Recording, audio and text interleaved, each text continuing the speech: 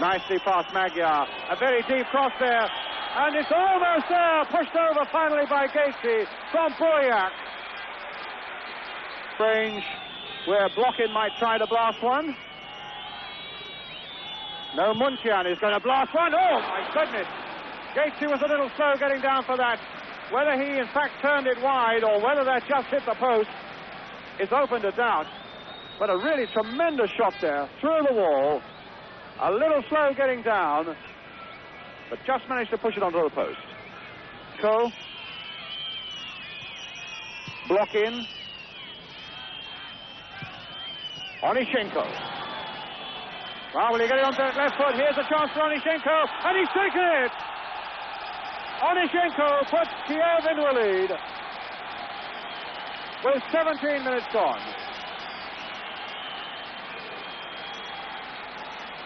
The Ferencvaros defense just a little slow to tackle him.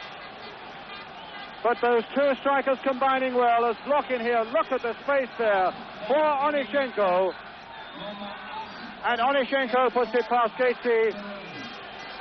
Still with that space. And that puts Dynamo into the lead. Here's Muntian. Kolotov. Just a little look to the right to see that Onyshchenko is there.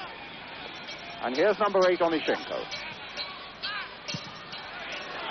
Oh, yes! Onyshchenko again. But you've got to blame the goalkeeper for that. There really looked to be no danger when Onyshchenko jinked and weaved here, took it onto his left foot, some 24 yards. Gatesy slow to move, and too late. 2-0 to Kiev. Muntian. Jinked his way past a couple there, and another long-range shot, and again it had this Hungarian goalkeeper in a bit of trouble. Megyeshi. Mate came for it, but then stopped. But here's Magyar. Played again for Mate. Is this his chance? Oh, what a good save by Rudakov. And Kolotov turning it behind for the corner. The first flash we've seen from that Hungarian number 9, Mate. And the first real save that Rudakov has had to make. Took that nicely on the right foot, curling it away. A great save by the Russian goalkeeper. Boyak played for Kolotov. Muntian. A deep across this time. And it'll come for Boyak. Now will he try one? No, it comes instead to Kolotov. Now to Onyshchenko, and that shot's over.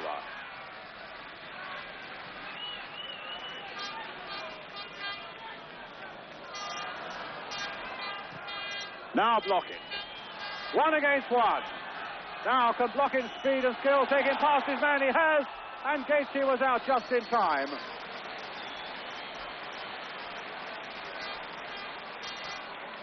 Now Boyak. And he's got Onyshchenko away on his left here. The man who's looking for a hat-trick. Still with Onyshchenko. Played back for Boyak. Oh, cannoned in first time.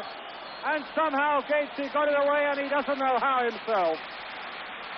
Brilliant play again by the Russians, who really do look a most formidable side. They're playing at the moment certainly against a disorganized and a dispirited Hungarian team. But here they come again with Kolotov. And that time Gatesy saving well. European nations would be glad to see the Russians out of it. Muntian again, and here's Blokhin. Oh, and he's gone past his man. Here's Blokhin. He's past the goalkeeper. What a marvelous goal by Blokhin.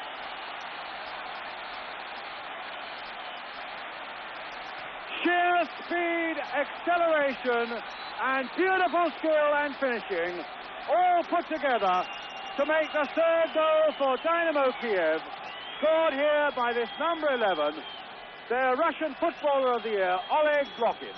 Past them all, past the goalkeeper too, and then the touch, the final flourish that says 3-0, although it went in off the defender. The goal belongs to Blokhin. Little chance. Now it's Blokhin again, inside his own half. How's that for acceleration? How's that for skill? As Blokhin goes away again. He's got Konotov in the middle, and he's still going on. And he don't quite get it through to his skipper in the end. So he plays it back. Oh, and then hits straight at the goalkeeper by the number 2, Konyakov. And people are on their feet applauding. Must have impressed many millions of people right across the continent as well. Here's Boyak with the head at that time, or with the corner rather, and Gates, he didn't really know very much about it. Konyakov. And Bobby Davidson, the Scottish referee, is looking at his watch. And just as in the FA Cup final, where we had no trainer on the field, we've not really had one on here as well. The Russians have won well and won proudly with skill, and with 3 goals, 2 of them by their number 8, Onyshchenko, and 1 by the number 11, Blokhin. They outplayed the Hungarian Ferencvaros, and they put behind them all those thoughts that we had about Russian football being stereotyped and boring, and added a new dimension to their game, full of invention and excitement, with players like Blokhin and Boyak and Onyshchenko, and a strong and solid defence as well. Worthy winners of the European Cup Winners' Cup, the first Russian side